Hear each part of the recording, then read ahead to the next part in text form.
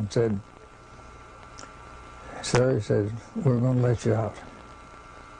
But we want you to know one thing, that everybody that's born in the United States that's not born a Catholic is on a card. You're put on a white card to begin with and kept on a white card until we feel like that we need to watch you. After that, we put you on a blue card."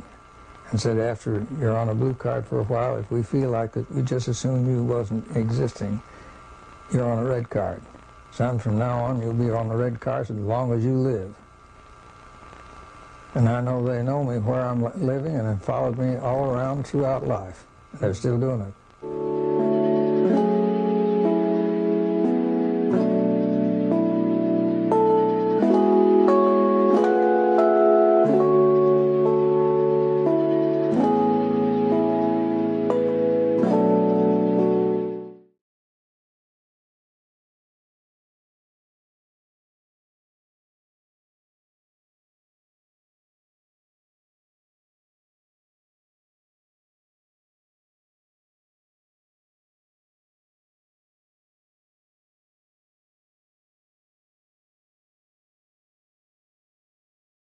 De los habitantes del planeta se declaran creyentes. Esto debería provocar un diálogo entre las religiones.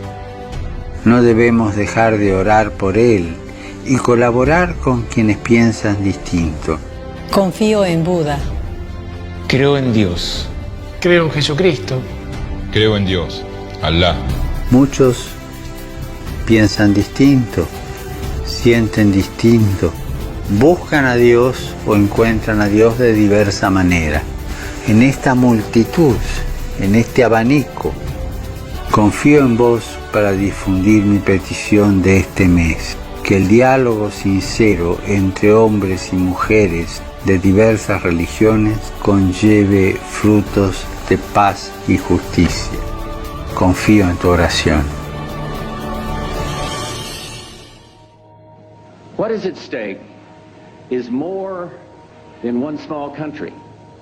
It is a big idea, a new world order. Out of these troubled times, our fifth objective, a new world order, can emerge. Some significant opportunities to make some real changes. You know, we are at an inflection point, I believe, in the world economy. Not just the world economy, in the world. It occurs every 3 or 4 generations. As one of the top military people said to me in a secure meeting the other day, 60 million people died between 1900 and 1946.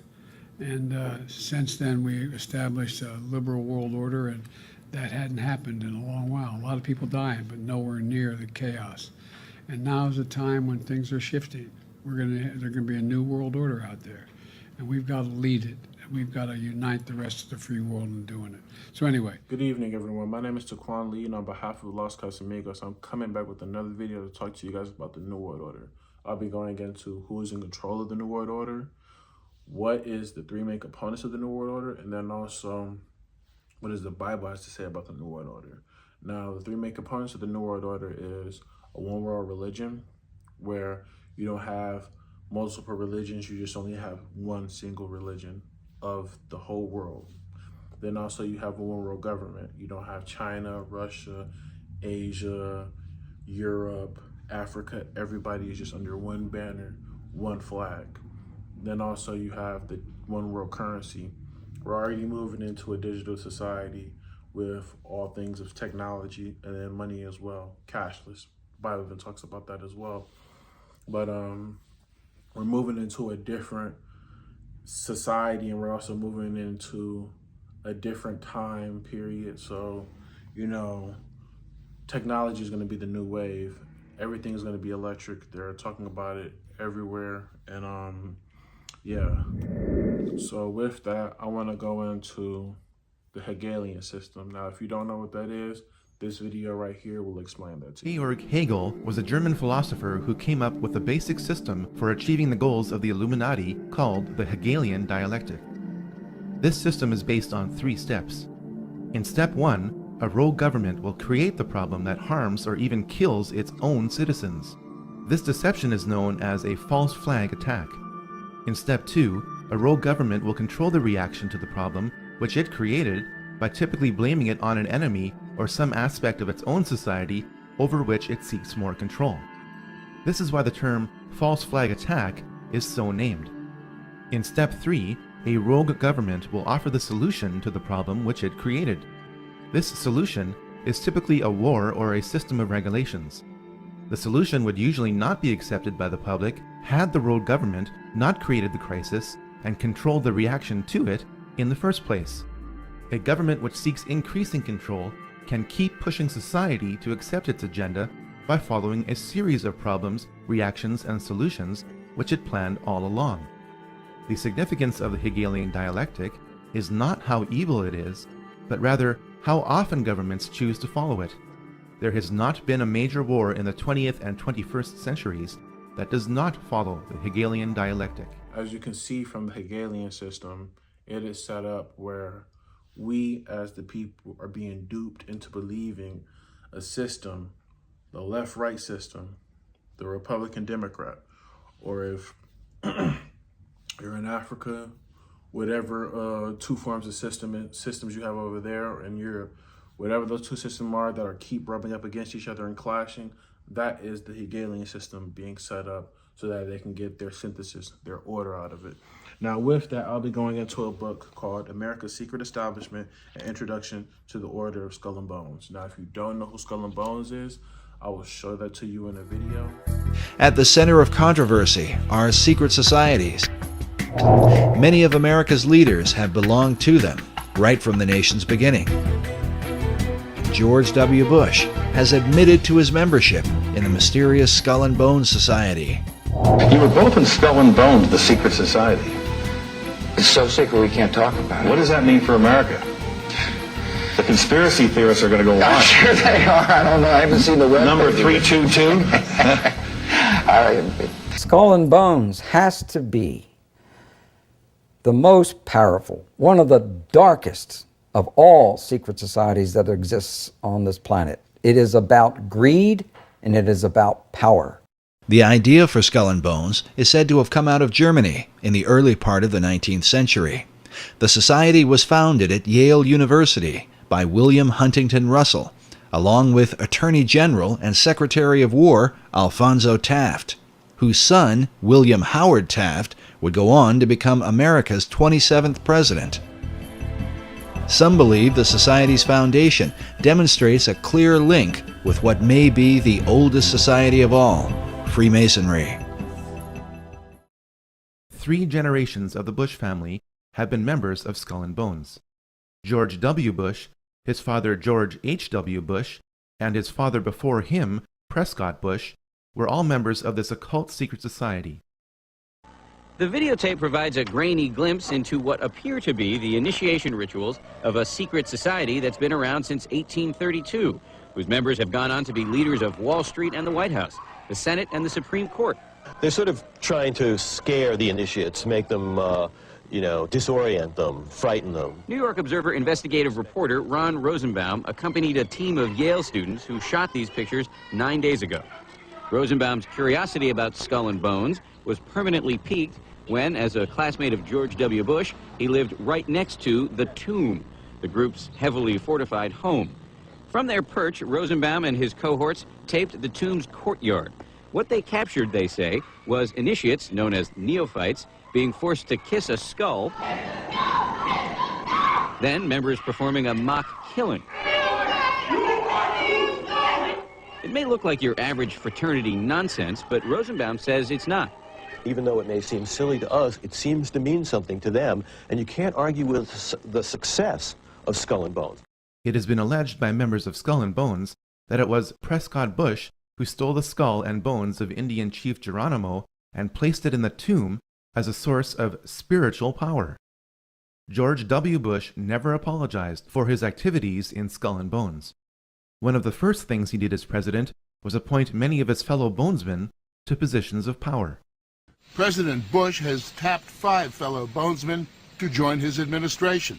Most recently, the head of the Securities and Exchange Commission, William Donaldson, Skull and Bones, 1953. Does that relationship forged with all this mumbo-jumbo and coffins and skulls and bones and all of that stuff, does that become, in some cases anyway, stronger than family, faith? Absolutely. You know, they say the motto at Yale is for God, for country, and for Yale. At Bones, I would think it's for Bones. Freemasonry. The odds that both presidential candidates would happen to be members of Skull and Bones is approximately 1 in 750,000. You both were members of Skull and Bones, a secret society at Yale. What does that tell us? Not much, because it's a secret. Is there a secret handshake? Is there a secret code? I wish there were something secret I could manifest. 322, secret number? There are all kinds of secrets, Tim, but one thing is not a secret. I disagree with this. But I'm going to go into this book that I have, and it's called America's Secret Establishment. An Introduction to the Order of Skull and Bones by Anthony C. Sutton. He was a man who was killed for writing this book and printing this information and giving it to the public. So I feel like this is valuable information for those who want to know about what is going on and what do these people in high places and positions do in these secret societies and outside of, you know, business life and what the cameras only show us. But it says,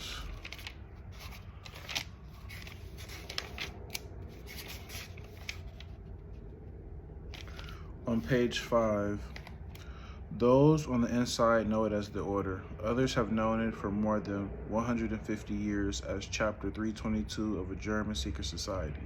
More formally, for legal purposes, the Order was incorporated as the Russell Trust in 1856. It was also known as the Brotherhood of Death. Those who make light of it or want to make fun of it call it Skull and Bones, or just Bones, or just plain Bones. The American chapter of this German order was founded in 1833 at Yale University by General William Huntington Russell and Alphonso Taft, who in 1876 became Secretary of War in the Grant administration. Alphonso Taft was the father of William Howard Taft, the only man to be both President and Chief Justice of the United States.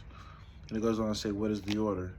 The Order is not just another campus Greek letter fraternal society with passwords and hand grips common to most campuses. Chapter 322 is a secret society whose members have sworn to silence. It only exists on the Yale campus that we know about. It has rules. It has ceremonial rites. It is not at all happy with prying, probing citizens known among initiates as outsiders or vandals. Its members always deny membership or are supposed to deny membership, and in checking hundreds of autobiographical listings for members, we found only half a dozen who cited an affiliation with Skull and Bones.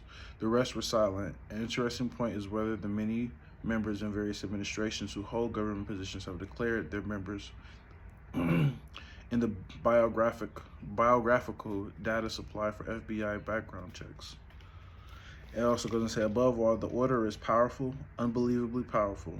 If the reader will persist and examine the evidence to be presented, which is overwhelming, there is no doubt his view of the world will suddenly come sharply into focus with almost frightening clarity.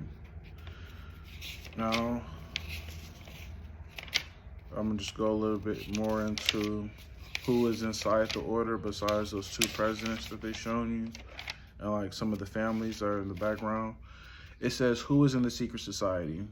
The membership list, about 2,500 initiates into the Order, has very obvious features. Most members are from the Eastern Seaboard, United States. As late as 1950, only 3 members resided in Los Angeles, California, but 28 members resided in New Haven, Connecticut.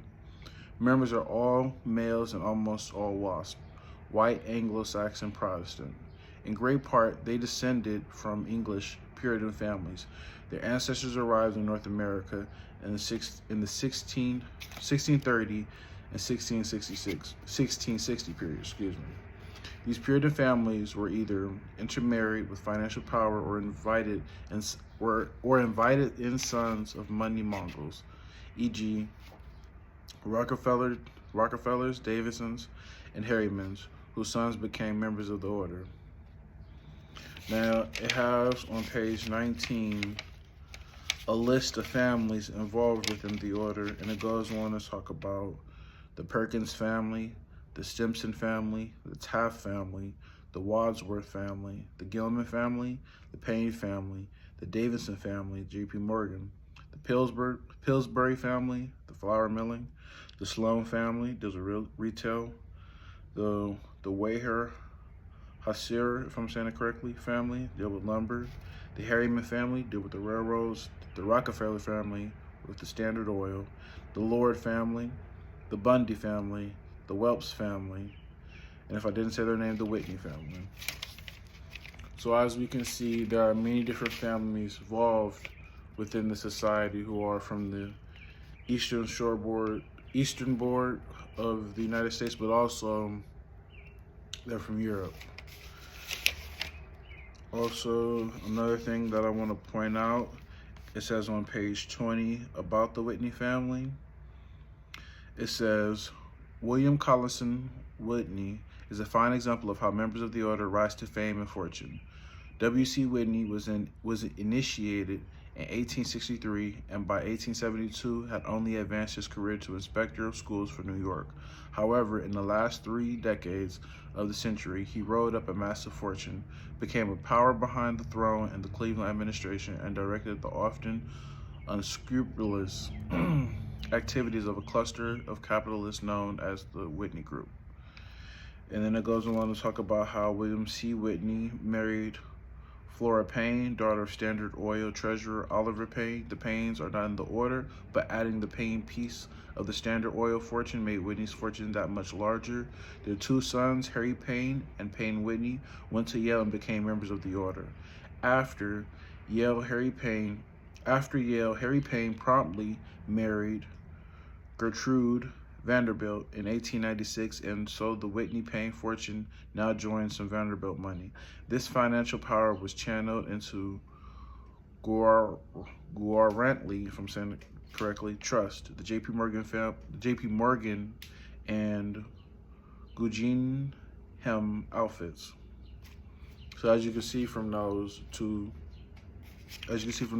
paragraphs I've just read to you, the money that these people have are a lot. It's a lot of money that we can't imagine, but then also they're intermarrying other people who have high positions to secure that money and to keep it.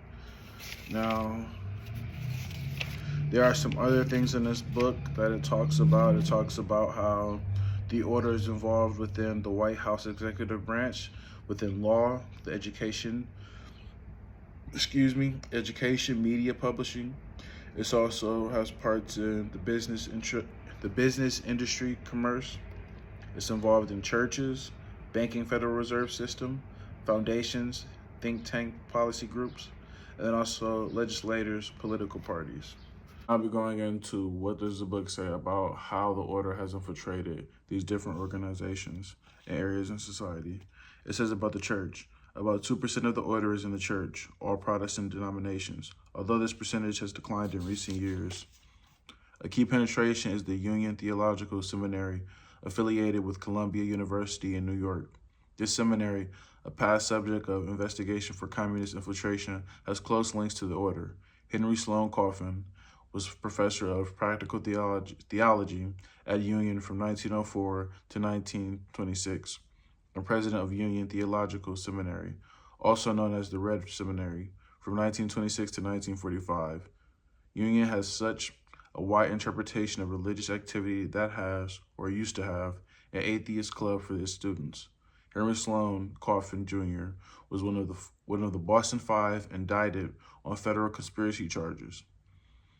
And this only part of the order's penetration into the church. This is the only part of the order's penetration into the church. Now, this is what it says about law. The major establishment law firms in New York are saturated with the order. In particular, Lord, Day and Lord, dominated by the Lord family, already discussed. Also, Simpson, Thatcher, and Bartlett, especially the Thatcher family.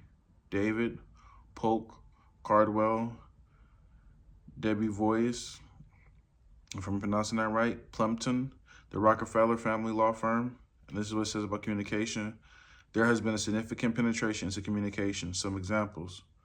Henry Luce of Time Life is in the order. So is William Buckley of National Review, and Alfred Cowles, president of Cowles Communications, Des Moniz, Register, Minneapolis Star, and Emmert Bates of Linton Educational Systems, plus Richard Ellie Danielson of Atlantic Monthly, Russell Wheeler Davenport from Fortune, and John Shipman Farrer of Farrer Straus, the publishers. The most prestigious award in journalism is the Nieman Fellowship at Harvard University. Over 300 were granted from 1937 to 1968. The first director of the Nieman Fund was member Archibald MacLeish. This is what it says about the industry oil. The oil companies, well actually just the industry in general, the oil companies have their links to the order. Members Percy Rockefeller, the Paynes, the Pratts, all linked to Standard Oil, Shell Oil, Crayola Petroleum, and Saucony Vacuum also link. A wide variety of manufacturing firms have members in the order, from Donnelly family in Chicago, printers of the official airline guide and other references, lumber companies like Weyerhaeuser, who is also a trilateralist, Dresser Industries, and so on. The Federal Reserve System. A dozen members can be linked to the Federal Reserve, but one appointment is noteworthy. Pierre J., whose only claim to fame in 1913 was to run a private school and be an obscure vice president of Manhattan Bank, yet he became first chairman of the New York Federal Reserve, the really significant reserve bank. And it says about the White House, politics, and government. This is the area where the order has made headway, with names like Taft, Bush, Stimson, Shafi, Leavitt, Whitney, Bundy, and so on. It will take a separate volume to cover the story. In the Memorandum 9, we describe just one example, the Bundy operation. So as you can see from what I just read to you, these people are involved in pretty much every facet of society that you can think about, from business with music, dealing with, you know, clothing lines, other big companies or systems that we want to name. They're pretty much in it all. The book also talks about how, and I actually want to go more into the Hegelian system and what it says about that, besides with the video I was showing you earlier. And then it talks about, in this part, the state is obsolete. How can there exist a common objective when members are apparently acting in opposition to one another? Probably the most difficult task in this work would be to get across to the reader what is really an elementary observation, that the objective of the order is neither left nor right. Left and right are artificial devices to bring about change, and the extremes of political left and political right are vital elements in the process of controlled change. So as we can see, if you're a Republican or a Democrat, if you're extremist on the left, extremist on the right, you've been duped. They've been lying to you for years. Don't pick any side. They're both scammers. I mean, it gets no plainer than that. Whether you're going for Trump, whether you're going for Biden, whether you're going for Obama, Bush, Clinton, all these people are involved in this society, whether it's the Skull and Bones, whether it's Freemasonry, the Illuminati. It's different grand lodges, different orders, different secret societies to be involved in. It's a plethora of many different options that these people can taste from. It's just not one single organization, but there is one single organization that is control of all of them and leads back to all of them. But to finish back to what I was saying, though, the answer to this seeming political puzzle lies in Hegelian logic. Remember that both Marx and Hitler, the extremes of left and right, presented as textbook enemies, evolved out of the same philosophical system, Hegelianism, that brings screams of intellectual anguish from Marxist and Nazi, but is well known to any student of political systems. The dialectic process did not originate with Marx as Marx's claim, but with Fichte and Hegel in the late 18th and early 19th century Germany. In the dialectic process, a clash of opposites bring about a synthesis. For example, a clash of political left and political right brings about another political system, a synthesis of the two, neither left nor right. This conflict of opposites is essential to bring about change. Today, this process can be identified in the literature of the Trilateral Commission, where change is promoted and conflict management is termed the means to bring about this change.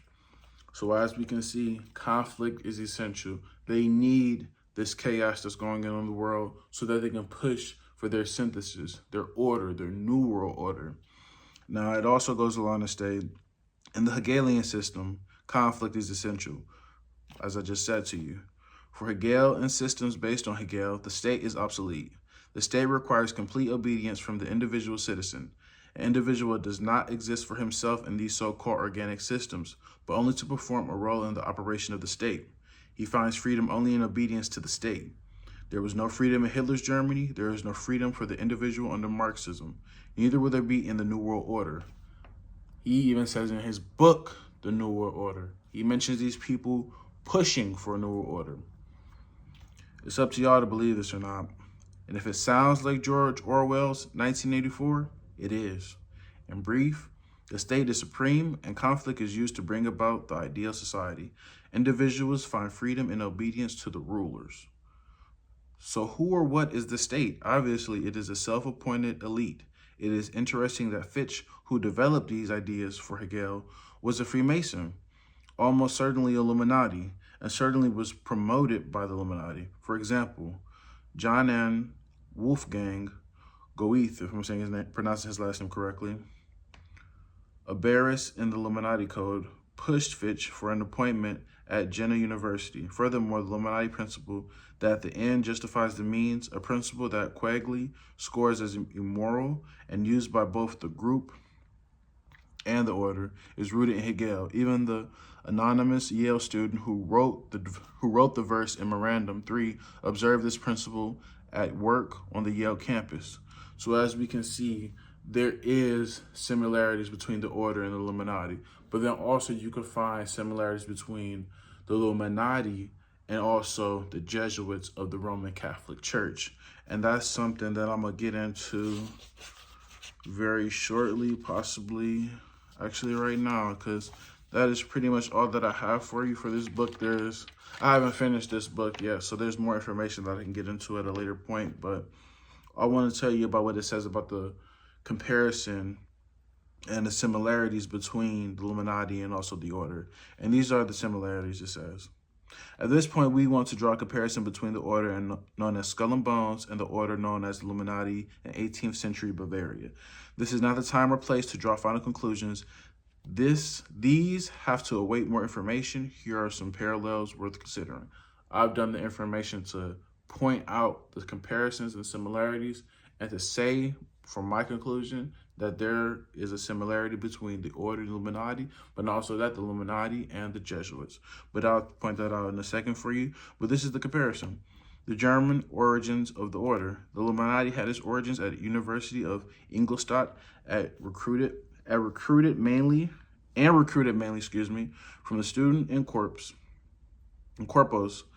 the student bodies common to German universities. The order had its origins at Yale in 1833, but Skull and Bones is a chapter of a German secret society. It is introduced into the United States by William Russell, later General William Russell, who brought a charter back from his student days in Germany. The German origins have been denied on the Yale campus, but evidence exists to confirm German origins. When the temple was raided in 1876, the entrance found a card which was written from the German chapter presented by Patriarch D.C. Gilman of D50. The structure of the organizations. The Illuminati and Skull and Bones are known as internal order or our order. However, this terminology is not uncommon among secret societies, and perhaps anything can be read into this coincidence. Moreover, the structure is quite different. The Illuminati had a structure apparently based on the Jesuits, where only 2 members were known to each superior member.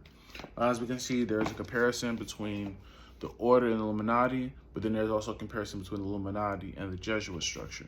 Now, there are some quotes that I have for you guys that I want to show you to back up what I'm saying here, and also to confirm to you guys everything that these people are saying, from the quotes to the videos.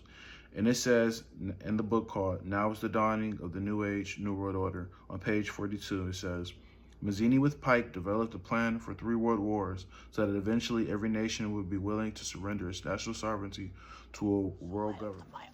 Hydra died with the Red Skull. Cut off one head, 2 more shall take its place. Prove it. Accessing archive. Hydra was founded on the belief that humanity could not be trusted with its own freedom. What we did not realize was that if you try to take that freedom, they resist. The war taught us much. Humanity needed to surrender its freedom willingly. After the war, SHIELD was founded, and I was recruited. The new Hydra grew, a beautiful parasite inside SHIELD. For 70 years, Hydra has been secretly feeding crisis, reaping war. And when history did not cooperate, history was changed. That's impossible. SHIELD would have stopped you. Accidents. Put this in the movies for no reason, y'all. The first war was to end the Tsarist regime in Russia, which did happen. The Tsars were defeated. And the second war, and also, by the way, Russia before that was an Orthodox church, but the Orthodox church was destroyed during that time, and then now it's an atheist communist country. Then also, the second war was to allow the Soviet Union to control Europe. That did happen. The third war, World War III plan. Third World War was to be in the Middle East between Muslims and Jews and would result in Armageddon. Now, we do see tension going on in Palestine between the Muslims and then also between the Jews over there. So these people, as you can see, are controlling events going on in this world. Tensions at one of the holiest sites in Jerusalem, with more clashes overnight between Israelis and Palestinians. All of this happening right in the middle of Ramadan and Passover. Matt Gutman is there in Jerusalem with the latest. Good morning, Matt. Hey, good morning, Deborah. This is the first time that Passover and Ramadan coincide in 30 years. And for months, Israeli security sources telling me they're concerned about the eruption of violence here. And that's what we have seen the past 6 or 7 nights. Muslim worshippers clashing fiercely with Israeli police. Overnight tensions on the Temple Mount intensifying after yet another night of clashes at one of Islam's holiest sites in Jerusalem. Facing a rain of projectiles, Israeli forces again storming the Al-Aqsa Mosque Wednesday night, trying to oust worshippers who'd barricaded themselves inside. Early Wednesday, Israeli officers inside the mosque again met with explosions from fireworks. This video released by Israel's police showing officers firing stun grenades and tear gas. And this video showing Israeli forces appearing to beat worshippers inside, prompting a global outcry. At least 6 people wounded, including this woman who says she was hit in the chest with a stun grenade while praying. Nearly 500 in the Middle East. James Longman is tracking the latest. Good morning, James. Yeah, good morning, George. At least 13 Palestinians have been killed and 20 others injured in Israeli airstrikes over the Gaza Strip. Among those killed, 3 senior members of the Islamic Jihad group. Images this morning show the front of an apartment building completely ripped away. Palestinian officials say 6 women and 4 children also died in this attack. Israel says it launched the strikes because it feared an immediate threat and that 10 weapon manufacturing sites and military compounds were also targeted. Islamic Jihad has vowed revenge, likely rocket attacks into Israel, and if Hamas, who controls the Strip, joins them, the risk of escalation is high. And this follows a barrage of rockets last week after the death of a Palestinian who was on hunger strike in an Israeli prison.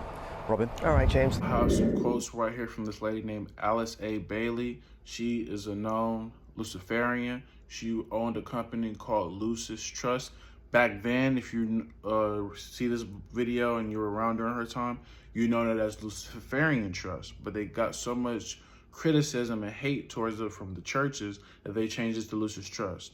That's no coincidence. It's not a coincidence that the United Nations have her books there, but also they plan on establishing some of the things that, not even some, they're establishing all of the things that she talks about in her books. They have all her books there. They have a meditation room there. They have so much wicked crap there. But what I'm going to get into is she says in her book, externalization of the hierarchy, page 101. She says, there will be no liberty of thought or conscience. All issues will be decided by the state, and the private citizen will have no right to an opinion. Men will be drafted like slaves into the service of the state. She also goes along to say, before that paragraph that I read you, Christianity must also be overthrown because it is based on Jewish sources. The rule of Christ must come to an end because only the rule of force is right. In the world order of the Axis powers, the individual has no rights. He has no freedom except insofar as he serves the state. It gets no simpler than that. The book is saying the same thing that she said. She's saying the same thing that he said. And I'm not saying anything but quoting what people are saying. So I don't see how anybody can't put two and two together and then see the pudding in a pie. But it's some other stuff that I have for you too. Some other quotes. And then also for my black brothers and my black sisters, if you think that the house Negro went away, I got something for you right here. Here's a quote from the Muslims and the brothers out there who support Malcolm X. This is for you. He says this in his quote, and you can look this up. A new world order is in the making. So he knew this during his time. A new world order is in the making, and it is up to us to prepare ourselves that we may take our rightful place in it. That's what he was teaching people. Now, this is for the people who support Martin Luther King and when he said in his I Have a Dream speech. We will be able to speed up that day when all of God's children, black men and white men, Jews and Gentiles, Protestants and Catholics, will be able to join hands and sing in the words of the old Negro spiritual, free at last, thank God. Gotten out the way that this is just not a white agenda. This is not a white man's objective. This is an objective that a lot of people are falling into, whether it's, they're being deceived or they're deceiving others into believing that this is something that they should accept and participate in. Now, there's some other things that I have for you as well. Now, like I said, everything is a quote. This is not coming from my own mouth, but these are websites and things that you can check for yourself as well. Here are some lists of political leaders that are involved in Freemasonry. Bill Clinton, he's a 33rd degree. Newt Gingrich, if I'm pronouncing his name correctly. Bob Dole, Jack Kemp, Storm Thurmond, Al Gore, Colin Powell, Jesse Helms, Barry Goldwater, and many others in American Congress are all 33rd degree Freemasons. George Washington was a Freemason. James Monroe, Andrew Jackson, James Polk, James Buchanan, Andrew Johnson, James Garfield, William McKinley, Theodore Roosevelt, William Taft, Warren Harding, Franklin D. Roosevelt, Harry Truman, Lyndon Johnson, Gerald Ford, Ronald Reagan, and George Bush were all Masonic presidents of the USA. Other leaders include King Hassan, Yitzhak Rabin, if I'm saying that correctly, now deceased, Yasser Arafat, Prince Philip, Duke of Kent, as well as many others. And there's another one I have for you as well. George Bush, Bill Clinton, Saddam Hussein, Tony Blair,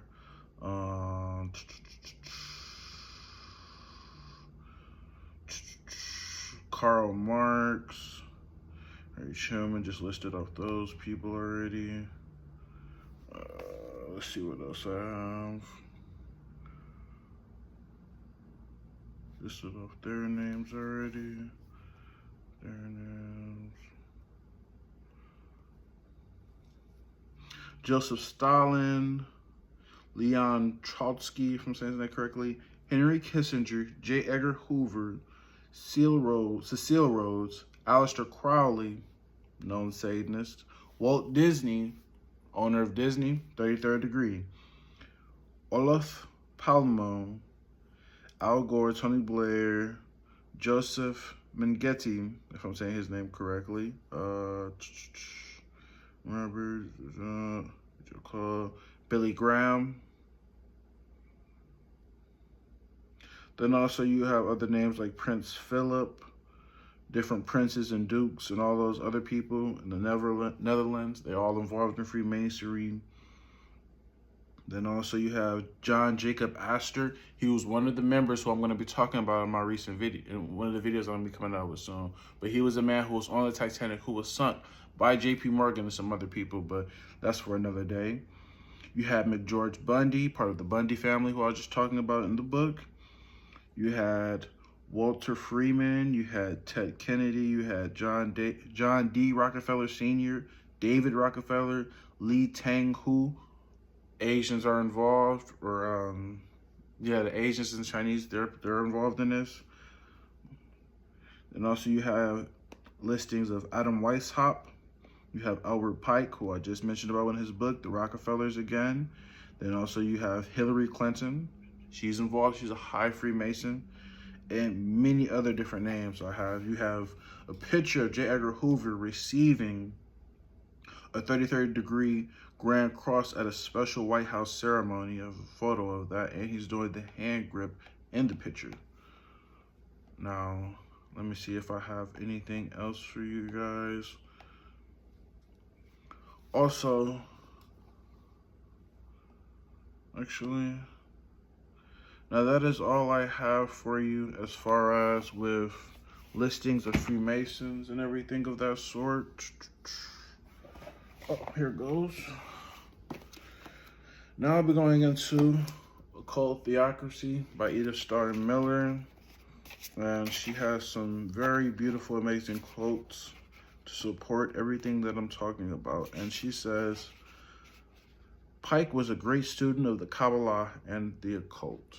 Now, if you don't know what the Kabbalah is, that is occult teachings from the Jews, from their oral traditions. The Jews did not go solely off of Moses and the law and the prophets. They went off their oral traditions. That's why the scribes and Pharisees were called vipers during their time.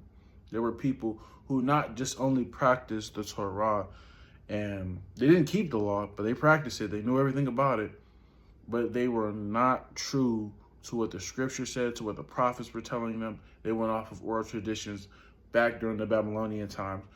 By the way, the Pharisees they didn't even exist until they came out of captivity of Babylon. They never came in there with them. So this was some false teaching and false seed that was spread in captivity that was brought out and then later was carried on through the years till Jesus' time and further so on, as we can see now. But it's also saying Mazzini had understood that Freemasonry was a powerful lever with which to revolutionize the world. But he saw it divided into numerous rites, often rivals, and even hostile to one another. Ancient and accepted Scottish rites, as Pike, its recognized chief, has succeeded in gaining considerable influence over all supreme national councils of this rite. And then also, in this quote, it talks about Mazzini writing a letter to Albert Pike dated January 22nd, 1870. He writes, "We must allow all federal federations to continue just as they are, with their systems, their central authorities, and their diverse modes of correspondence between high grades of the same right, organized as they are at present.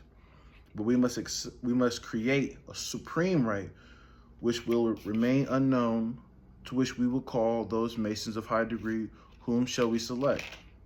With regard to their brothers in Masonry, these men must be pledged to the strictest secrecy. Though this supreme right will govern all Freemasonry, which will become, the one international century, the more powerful because its direction will be unknown. Thus, at the time when Mazzini formed the scheme of unifying Freemasonry by creating one central universal direction reserved to a small number of high Masons chosen with the greatest care, he selected Albert Pike as an ally." Then it goes on to talk about Pike and then his many different things that he was involved in. And I'll just read off a few just to let you know. It says during the Civil War, Pike served as a brigadier general in the Confederate Army. So he fought for the South. He was on the South side. By the way, a lot of Catholics were for the South, if you just don't know that type of history. Then also it goes along to state, the Confederate government named him Indian Commissioner and charged him with the conduct of negotiations with the most powerful savage tribes to raise an army of their warriors.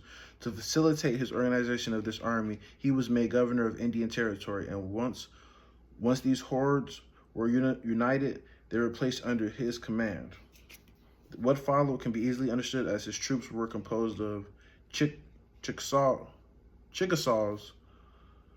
Comanche, Creeks, I'm having a hard time pronouncing some of these words, excuse me. Cherokees, Miamis, Osages, Kansas, and Chickasaws, with all of whom he personally was on the best of terms. Among them, he was known as the faithful, pale-faced friend and protector. Now, to get into his Masonic credentials now, and what it says about this, it goes along to state, Longfellow and Holbrook, while exchanging views on the Kabbalah, have formed the project of creating a satanic rite in which the adepts would be instructed in black magic, but Holbrook, the Grand Master of the Supreme Council of Charleston, had already composed a suitable ritual and sacrilegious mass called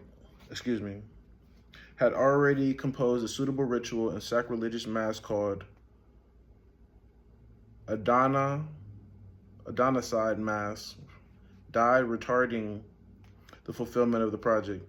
He was succeeded by John Honor, after whose death was the dream of the Jew, Moses Holbrook, to subvert Masonry, was fulfilled by our Pike on a gigantic scale. It goes on to state, he submitted, actually let me read the whole thing. Longfellow left Charleston after the death of his patron, and in 1854 went to Hamilton, Canada. There, with the illustration of Wildey, he submitted the rituals of Holbrook to this flourishing society, and it was decided to graft a second and separate class of adepts practicing secret Satanism onto the original body. It goes on to state later in the passage, but Pike, who had himself already thought of introducing Luciferianism into the inner shrines of Scottish Rite Freemasonry. Next to Adam Weishaupt, Albert Pike is the most influential Freemason in history. Pike was asked by American Freemasons to reform its rituals.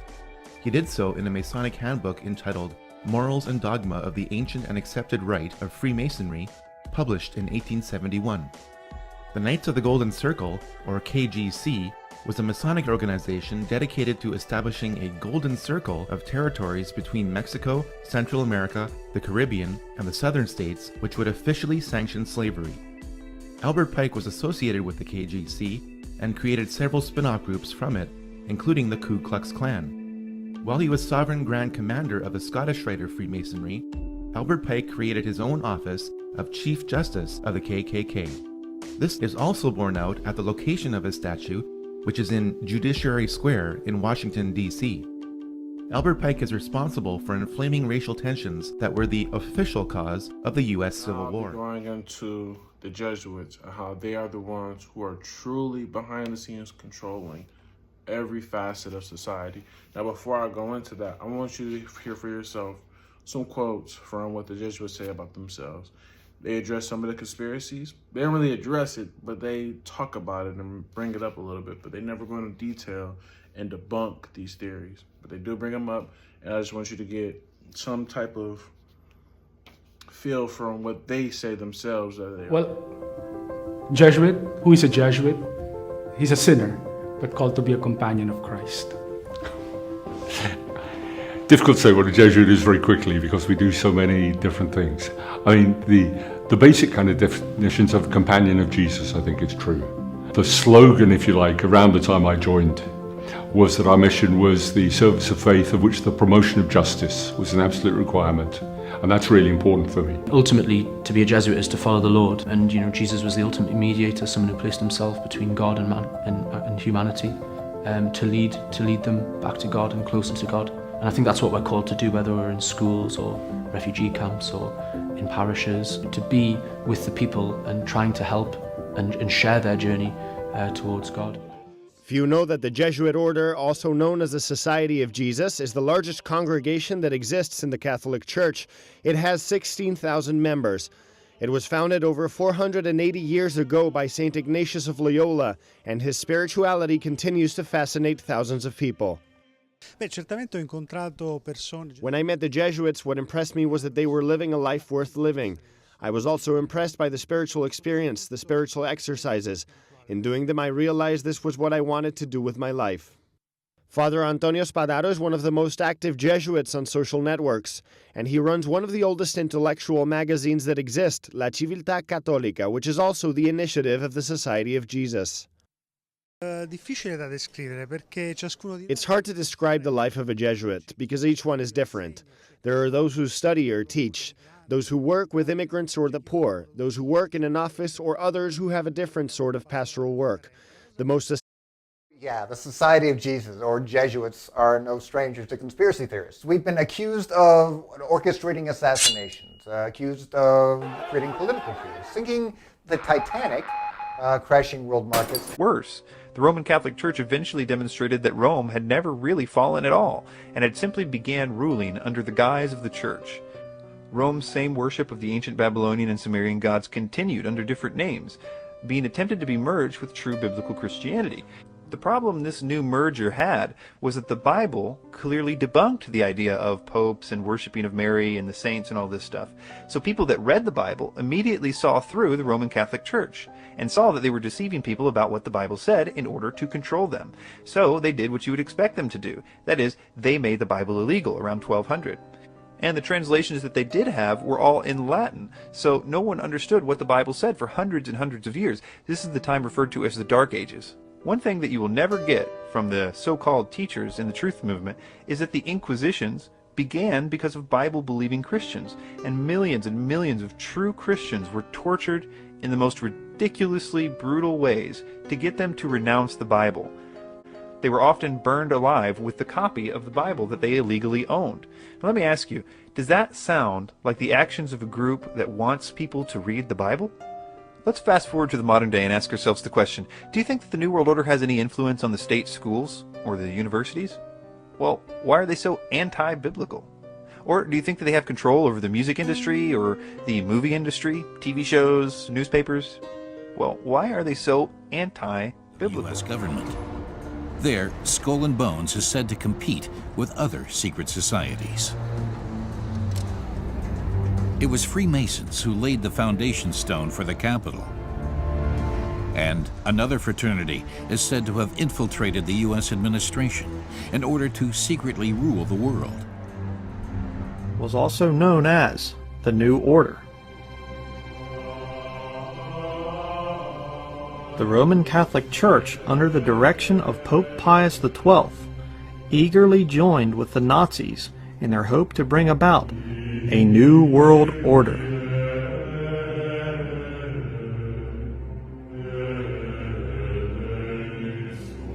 Over the next 12 years, the Nazi Catholic alliance would slaughter millions of Jews, Greek Orthodox, and Protestant Christians in their effort to bring especially I work in dealing with the infiltration of churches and religious institutions as well as government that cover a tremendous number of institutions. And the purpose of that infiltration was what for? Well, the purpose is what the Roman Catholic system has all the time as her own purpose, is to infiltrate, to penetrate all the areas of life where the Roman Catholic can have control and access for the coming world government. What that means is, in preparation for that world government, the Roman Catholic institution, especially since the establishment of the Jesuit order in 1541, throughout all these 500 years, they've been in preparation and through infiltration and penetration of every level of society in order to take over the world politically and religiously. There are two doctrines that define very well these dangerous goal of the Roman Catholic institution. Two doctrines define this very well. One is called the doctrine of the apostolic succession, and that is dealing with the papacy. And the other is the doctrine, the temporal power, and that is dealing with world government. Of course, both, because you can see that even the Pope and his own individual office, he meet those requirements. He is not only the head of his church, as he called himself, John Paul II, the present Pope. He said he is the pastor of his church. He is not only that, but he is the head of his state, of his country. What that means, he is the head of a political state. Both combinations are in one office. They are, in prophetically speaking, that is what we see in the book of Revelation. The political power always hand to hand with the religious power. I was in Chicago years ago, and I was canvassing as a colporteur, selling Bible readings for Home Circle. And we come to one great big mansion where the folks were rich in that area, and cars all around it and so forth. But I went up the door, and I was pretty sure this fellow was a Catholic, so I gave him a Catholic canvas. And he invited me in, and then as soon as he got in, he turned the key in the door, and I said, wait a minute, what am I getting into? He opened another door into a great big mammoth parlor and a great big mammoth dining room with double doors in between, and all seated around the whole business was prelates, some from Europe and all the big ones from America. They were planning the Eucharistic Congress in Chicago. That was way back in the 1920s. And when they started talking to me, they tried to get me to be one of them and offered me every kind of conceivable opportunity that you could think of. They offered me everything, money, scholarship, and the whole works, and told me the advantage of being Catholic and what they were planning on doing in America and with America. They said, we're going to take over America, and we've already got it fixed, so know how in the world can they escape becoming under our authority. Going into what the book says about the Jesuits, and it says, the company of the Jesuits was founded by Don Ingo de Loyola, Ignatius Loyola, a Spanish nobleman, a soldier, and on April 5th, 1541, at the Church of St. Paul without the walls, near Rome, under the sanction of Pope Paul III. And it goes on to talk about their commander-in-chief, known as the general. He wields absolute power over the members who are pledged to blind obedience. The general claims his authority from the Pope. And it talks about their fourth vow is one of special allegiance to the Pope, promising to go in obedience to him for missionary purposes whensoever and whithersoever he may order. It also talks about how there hasn't always been sun and rainbows on that side of town with them. There's been dysfunction between them. And it says that, but such is the extraordinary skill with which the relations of the society to the papacy were originally drafted by Loyola and subsequently worked by his successors, that it has always remained organically independent and might very conceivably break with Rome without imperiling its own existence. It goes along to talk about, on the next page,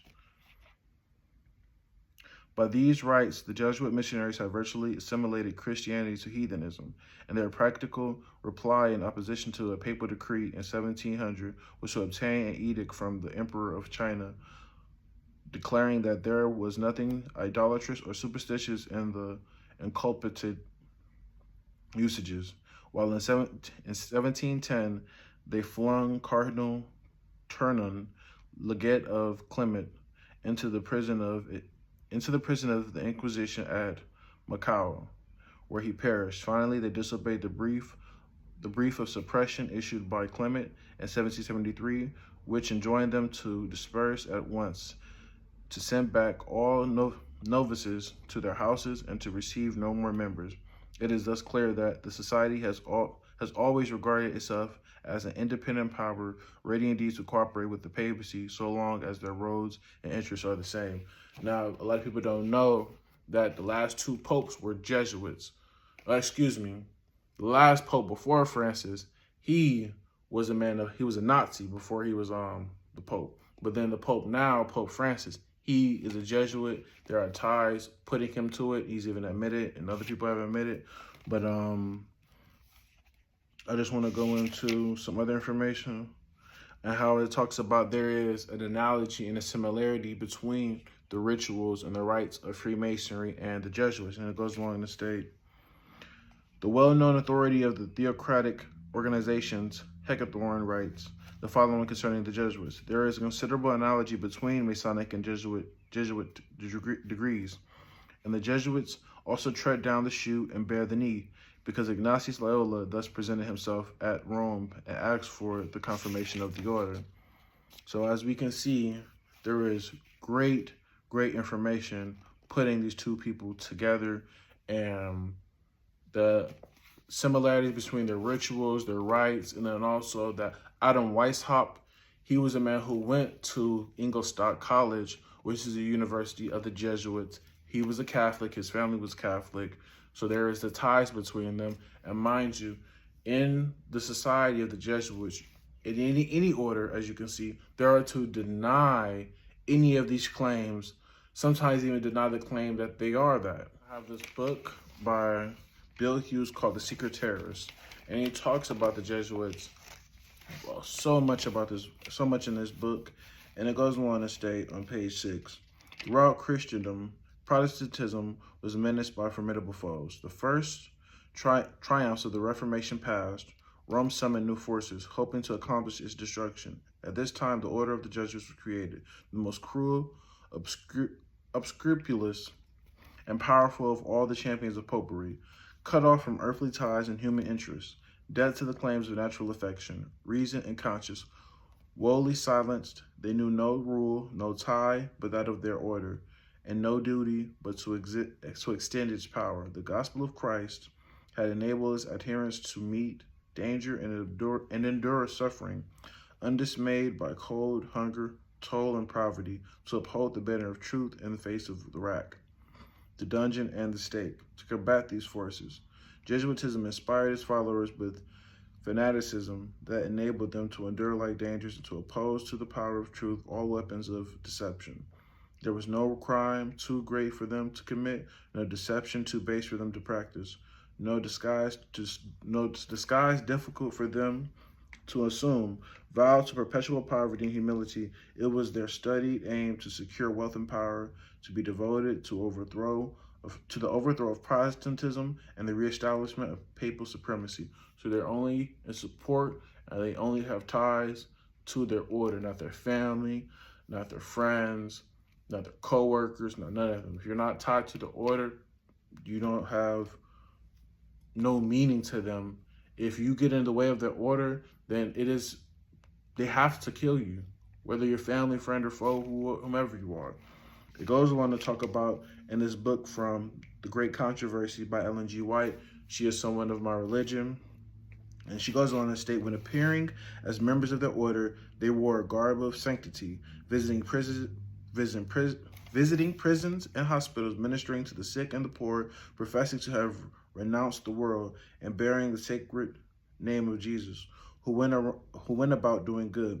Under this blameless exterior, the most criminal and deadly purposes were often concealed. It was a fundamental principle of the order that the end justifies the means. The same thing that was said with Freemasonry and the order. By this code, lying, theft, perjury, assassination were not only pardonable, but commendable when they served the interests of the church. Under various disguises, the Jesuits worked their way into offices of state, climbing up to the counselors of kings and shaping the policy of nations. They became servants to act as spies upon their masters. They established colleges for the sons and princes and nobles. and schools for the common people, and the children of Protestant parents were drawn into an observation of popish rites. All outward pomp and display of Romish worship was brought to bear to confuse the mind and dazzle and captivate the imagination, and thus the liberty for which the fathers had toiled and bled was betrayed by the sons. The Jesuits rapidly spread themselves over Europe, and wherever they went, there followed a revival of popery.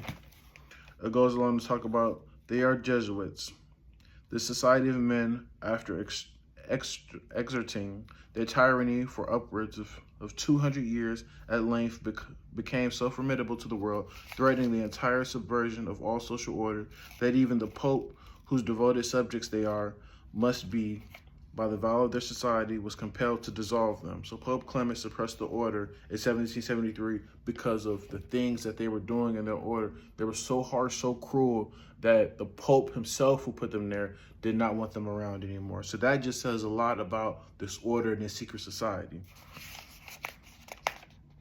And it goes on to talk about in another quote, and do Americans need to be told what Jesuits are? They're a secret society, a sort of Masonic order, with super added features of revolting idolatrousness, pronouncing that right, and 1,000 times more dangerous. They are not merely priests or one of religious creed. They are merchants and lawyers and editors and men of any profession, having no outward badge but to which to be recognized. They are about in all your society. They can assume any character, that of angels of light or ministers of darkness, to accomplish their one great end. They are all educated men, prepared and sworn to start at any moment, in any direction, for any service commanded by the general of their order, bound to no family, community, or country, by the ordinary ties which bind men, and sold for life to the cause of the Roman Pontiff. It goes along to state and talk about, and this is a document that you can get from Congress because it's out there for you guys, published. So like I said, you don't have to buy these books to just get this information. You can actually look this up for yourself. Sometimes you do have to buy the book because some of this information won't be out there, but the information that's put into Congress that they have to put there, it's out there for you. But this is part of their Jesuit oath that they take. And it says this: I do further promise and declare that I will have no opinion or will of my own, or any mental reservation whatever, even as a corpse or a cadaver, but will unhesitatingly obey each and every command that I may receive from my superiors and the militia of the Pope. I furthermore promise and declare that I will, when opportunity presents, and make and wage relentless war, secretly or openly, against all heretics, Protestants, and liberals, as I am directed to expurgate and exterminate them from the face of the whole earth, and that I will spare neither age, sex, or condition, and that I will hang, burn, waste, boil, flay, strangle, and burn alive these infamous heretics, rip up the stomachs and the wounds of their women, and crush their infants' head against the walls, in order to annihilate forever their execrable race.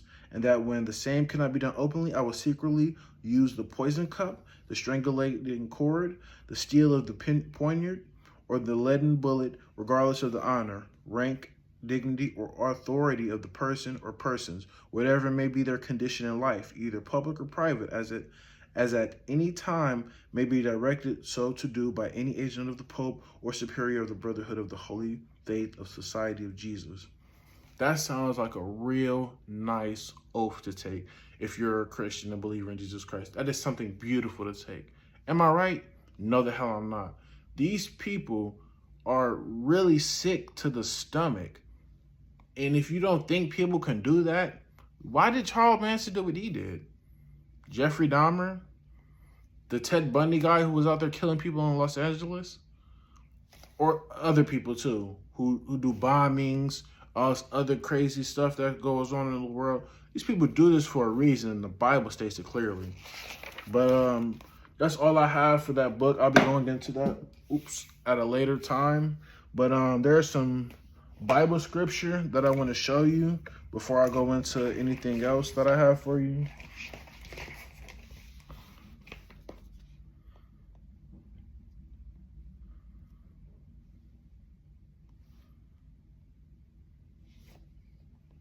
And it says in Jeremiah chapter 17, verse 9. The heart is so deceitful above all things and desperately wicked. Who can know it? I want to go into what Genesis chapter 6, verse 5 says about man. And it says this, and God saw that the wickedness of man was great in the earth, and that every imagination of the thoughts of his heart was only continually evil. Was only evil continually.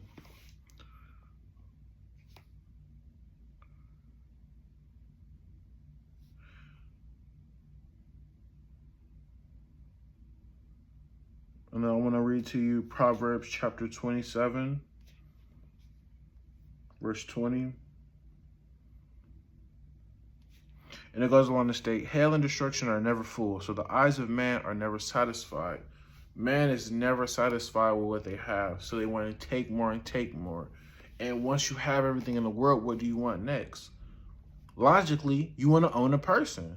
They want to own us. They don't want us to be free. They don't want us to be able to make decisions on our own. I don't care if you're a witch. I don't care if you're a Tibetan monk, if you're Muslim, whatever your religion is, these people don't want you to be that. They want you to worship the way they want you to. They want to control you. And that's what they're going to do when this New World Order comes. The system they're going to set up is going to be for the Pope. The Pope he calls himself the Vicar of Christ, which means the representative of Christ. Christ never said that he was the mediator. Since when did God put man as a mediator? He said his Holy Spirit will be the mediator between him and man. So from these writings that I've shown you and these quotes and everything, I hope that you guys gain something from this, because the times that we're in are very serious and things are moving very rapidly in this world. Also, there are some other things before I get off this I want to show you. On our dollar bill, it shows a lot of symbolism about the order and Freemasonry and secret societies. And one of those is, if you look on your dollar, on the back of it, you can spell with those words that they have. You get Mason, and I'll be showing that. Also, if I'm pronouncing this right, Odos, the writing that they have, Odos, that means the new coming of the age, which talk about the New World Order. Then also on the dollar bill, they have an owl put there. They have spiders. The owl represents the owl of wisdom. I don't know if you guys peeped that, whether it's in education systems or anywhere else. The owl is always represented as someone who has, or something that has wisdom, knowledge, and all this other understanding and everything. But all that's put there is to talk about the Bohemians, the Bohemian Club, the Bohemian Grove, if you've heard of that. They're also a secret society involved within the order, the Illuminati, and all of that stuff, political stuff, government, everything. So secret societies play a big role in decisions that are being made in the world, but then also they play a big role in things that will be soon to come. But all this is leading towards Jesus Christ coming, but not also that. It is leading to the Antichrist revealing himself, and then also the mark of the beast being established. And those are videos that I will have at a later date for you. I'm going to be making sure I come out with more content regularly. And I hope you guys really learned something from this. I'm going to be making sure I post maybe some series or something like that to go with this information, so that I'm making sure that I get everything out there that needs to be said. And I love you guys. I hope and pray that you guys have a blessed day. Read the Jesuit oath to gain an insight into exactly how they went about trying to destroy the work of the Reformation. When I warned that we'd be going into some twisted and disturbing stuff, this is one of the things I had in mind. It's an extremely disturbing document, but it's important to go over it, as it doesn't just give us insight into the Jesuits.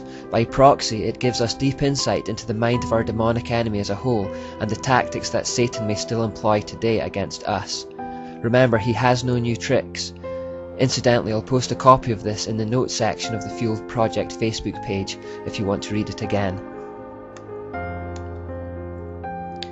My son, you have been taught to act the dissembler, amongst the Roman Catholics to be a Roman Catholic, and to be a spy even among your own brethren, to believe no man, to trust no man, among the Reformers to be a Reformer, among the Huguenots to be a Huguenot, among the Calvinists to be a Calvinist, among the Protestants generally to be a Protestant, and obtaining their confidence to seek even to speak from their pulpits, and to denounce with all vehemence in your nature our holy religion and the Pope, and even to descend so low as to become a Jew amongst the Jews, that you might be enabled to gather together all information for the benefit of your order as a faithful soldier of the Pope.